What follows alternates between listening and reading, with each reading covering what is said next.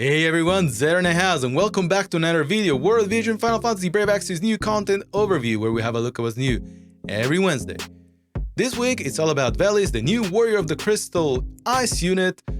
See what he offers in regards of kit, if you intend of pulling him, how he will fit in a team, and more. So without further ado, let's go into the summons and see what's on offer. First thing we are presented with is a standard banner for Warrior of the Crystal unit. That means that these banners only last for 7 days with a 42,000 Visor pity. So if you want to get him, you better make sure you have 32,000 Visor handy so that you can guarantee the unit. Further down, we have one new type of, let's say, paid banner. Yeah, it's one that incorporates Warrior of the Crystal units. It throws those guys into the general pool. And why do I say that? Because from the looks of it, everyone has standard drop rates in here, meaning that those cost 100 units also have half rate. So if you ask me, I would completely disregard this banner and save your paid Visor for something else. Moving on, we have the other paid Vis banner that I hate, and then we have, more importantly, 100 unit cost banner that might be good for those of you who are light spenders and are lacking cost 100 units. If you have most of the cast, maybe this is not something you'd want to do, but if, for example, you have a handful, like 2 or 3 maximum in terms of cost 100 units, this would be a really good banner for you to try your luck on, keeping in account that the Warrior of the Crystal units are also in here. So you get the same rate in regards of getting those guys compared to standard pool cost 100 unit. Moving on, this quite handy if you already get VELIS and you want to get 80 Mind Spheres for the Warrior of the Crystals. I do think that it's okay. I mean, like, I probably do this after I get VELIS, or if I already have a cost 100 Warrior of the Crystal unit and want to get more Mind Spheres for them, perhaps this is what I do. Moreover, yeah, I believe that is all in regards of new Visor banner, so it's pretty good, very concise. Whether you want to get VELIS or not, though, you do have access to his guild shard banner as well, in a situation where maybe you really want to pull for him in the future, but I want to make sure that you have enough shards for him moving forward. Okay, let's go on to the shop.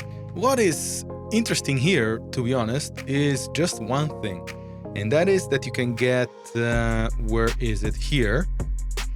You can get, for 300 paid Viz, 10 pull chance to get VELIS. I will do this, so we'll do it at the end of the video. Why not? I need to up my stars anyway for the Glex. Moving forward, yes, do get those XL cubes, those are always good. I would definitely disregard getting Gelu Mortis for now for free Viz, because you can farm that weapon indefinitely, so it's always going to be available, similarly to the other Warrior of the Crystal, let's call them featured weapons, because they're not their biz. And yeah, there's nothing else that really interests me here, so we'll move on to the next shop, which is all about VELIS and the Warrior of the Crystals. If you need to expedite their growth, this is where you can do it. Okay, from here we'll go onto the mock shop, and I do want to touch that by pulling onto VELIS banners, you'll be able to gather the relevant medals, and then if you don't get VELIS, you can still use those medals for the other Warrior of the Crystal shards. So do keep that in account if you want to max those guys. I won't go on to duel and guild, but I think it's important to talk about the fact that we're gonna get a map change in both instances, and the maps are going to favor ice. Finally build your Valric or your Valentine Salia, so that, like, you can make the most out of the bonuses that are going to be offered going forward. If you get VELIS, then you know you obviously won't have much of an issue in succeeding this week. Let's go on to the far plane, and here we'll go directly onto events, and then we'll scroll down and go onto the EX quest for the Gelo Mortis. So the Gelo Mortis is actually a book, and it can only be equipped by two jobs: VELIS' job and Scholars. So there is a very limited selection of units that can equip this. I think that obviously Ibarra can equip it as well, but Ibarra already has her best in slot weapon, so she's kind of excluded from eligibility. But I wanted to put Gelo Mortis and Lunar Tome back to back.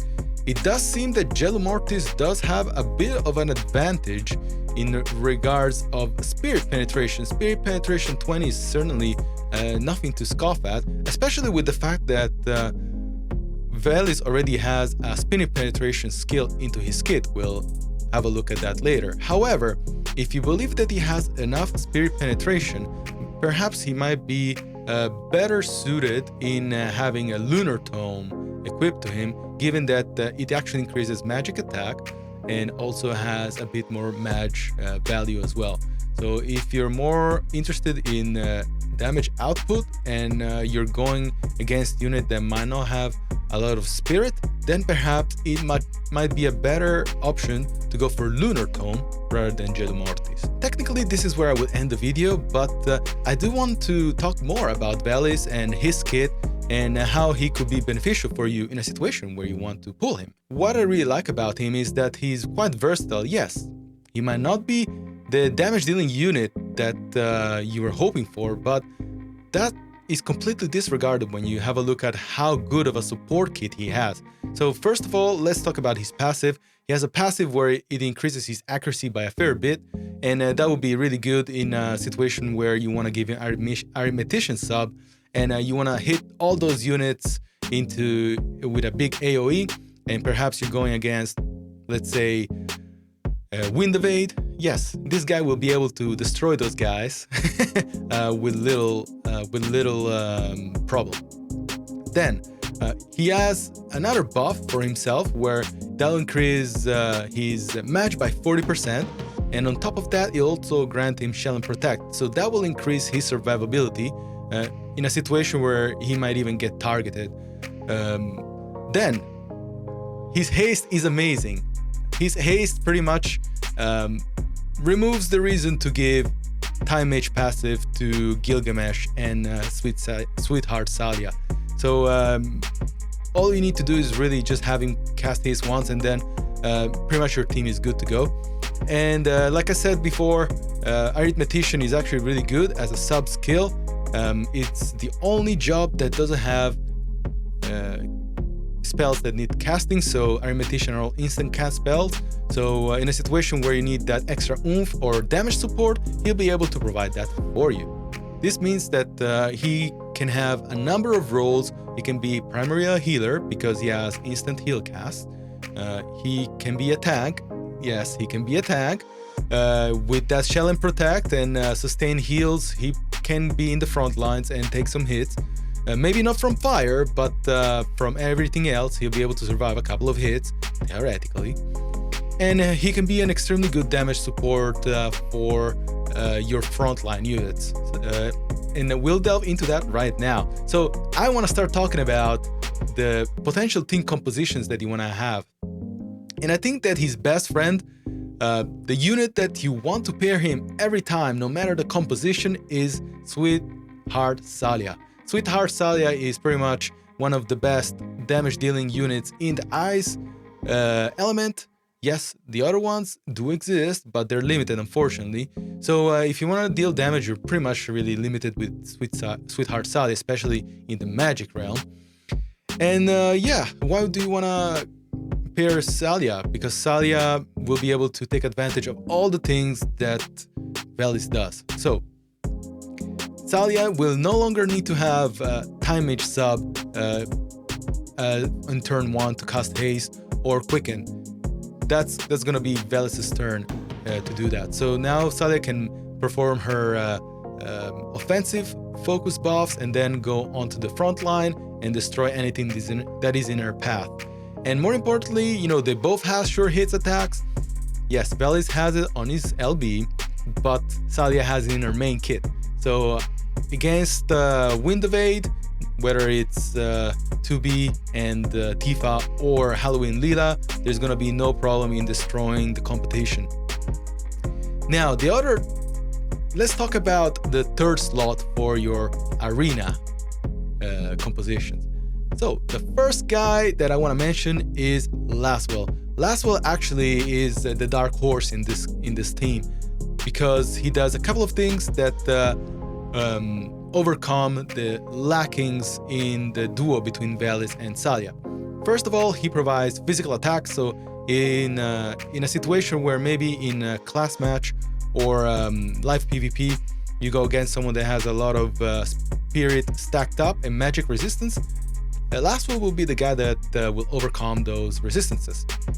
Second of all, Laswell is gonna act as your pseudo tank because he does have an upgraded barrier. So in a situation where Laswell is a bit faster, goes forward, and starts his barriers, he'll be able to soak up any hits, which will give Salia and VELIS an opportunity to buff up and level the competition. Laswell does have an Ice Imperil attack, which is also low AP consumption. So if you need to optimize and increase your ice-based damage, Laswell will be able to do that for you. And more importantly, I think, is the fact that both Laswell and VELIS have the same agility. So Laswell will be able to move at the same time, if not before VELIS, so that by the time that VELIS casts his haste, hopefully on Laswell will be able to do his frontline stuff as soon as possible, hopefully getting your team the W. It's also important to mention that Laswell does offer a variation in attacks, namely slash and pierce attack, so you'll be able to cover and so that your team will be able to be more comprehensive and not shoehorned or stuck in one specific type of damage dealing where perhaps your opposite team might have a resistance against. The second unit I want to talk about is Valric. I think Valric is another unit that is slept on. Nightblade, to be honest, is no different than a better Dark Knight job where there's no HP sacrifice. There's a lot of HP absorption, which will actually allow Valric to do a better job in the front line. Valric will be able to deal damage, and if he's hit, he'll be able to tank that damage and absorb it back. I think his Drain Rush, his upgraded Drain Rush, does absorb 60% of the damage inflicted. So if you're inflicting 10k damage, you'll get 6k health back. So nothing to scoff at, you know. Valric is actually really strong. I'm surprised that I don't see him that much. Yes, there is better, or let's say more popular ice units such as Aranea and things like that. But definitely slept on unit. Another thing that he can do is he can offer pugilist, so strike-based attacks, and most of the recent units are weak to that. So in a situation where you're going against a Terra or a Celes, he'll be able to destroy them without too much hassle. Overall, his kit is very well rounded and very targeted at destroying wind units. So I think that he'll be a good addition as a third unit for an ice team. Another unit that I don't see much of and quite slept on, to be honest, is Fraevia.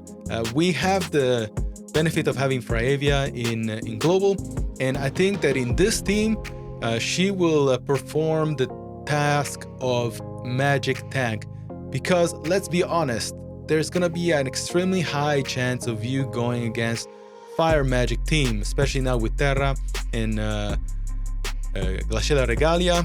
Those guys, they won't pose too much of a issue with Fraevia in the team. She'll be able to mitigate slash damage and magic as well, and on top of that she will have that hate that VELIS and Salia don't really want. Fraevia will be able to pretty much really complete this team in regards of having the purpose of winning, let's say. Another thing that Fravia can do for you is having full life, and full life will be almost guaranteed. Usually it's like 97% chance of proccing. Keep in account that you do want Fravia and your other two units to have fate at 97. Well, Fravia maybe not as much, but if you do have her at 97, the chances of full life will be almost guaranteed. One bonus unit that I would like to mention as well is VELIS. VELIS is gonna eat all of those magic attacks that might be targeted at your team, and she'll also be able to use Spellblade to sleep the enemy units and allowing both Salia and VELIS to finish the match. So these are my suggestions in regard of team building. I think that in particular Ice Magic is in a good state with the addition of VELIS. And you could also add VELIS into rainbow teams, although I don't think I've explored that avenue that much. I do think that if you want to make a mono ice team, he'll be able to shine extremely well, especially with Salia at his side. Now, I did get that ticket, so why don't we use it to end the video on a good note, hopefully. All right, let's go. Let's keep animations, and I hope to get someone, I'll be honest. Let's see how we go.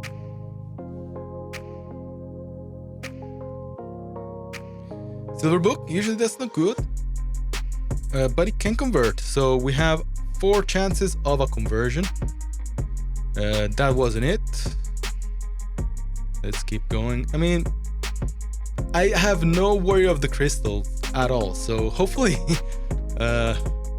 something good happens out of this. Okay, not that guy. So all the units that we didn't want converted.